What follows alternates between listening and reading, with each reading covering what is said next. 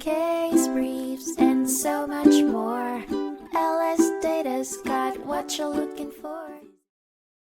In a landmark case recently, Sadler v. NCR Corporation, the United States Court of Appeals for the Second Circuit ruled in favor of the rights of shareholders, affirming their entitlement to access a corporation's stockholder list as per Section 1315 of the New York Business Corporation Law. The drama began when the Sadlers, New York residents, and NCR Corporation shareholders owning over 6,000 stock shares demanded the company's stockholder list and related materials. Their aim?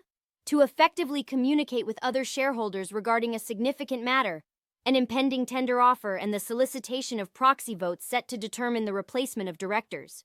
In response, the court ordered NCR Corporation, a multinational company specializing in IT services and hardware, to yield to the Sadlers' request by producing the CEDE list and NOBO list. Much to the corporation's dismay, the looming presence of the Constitution didn't come to their aid.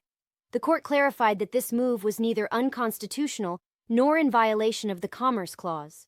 Building upon a previous district court order, the Court of Appeals offered further reasoning behind the regulation. It noted that the purpose of the statute was to encourage open communication among shareholders on corporate affairs, and it viewed the corporation's 80% rule as counterproductive to the statute's intentions. In a powerful conclusion, the court upheld the constitutionality of the requirement to disclose stockholder records under Section 1315. Not only did they assert that such legislation doesn't create discrimination against interstate commerce, but they also justified the authority of states to demand such disclosures from foreign corporations operating within their boundaries. The legal burden fell squarely on NCR Corporation, and the district court's order plunged into effect.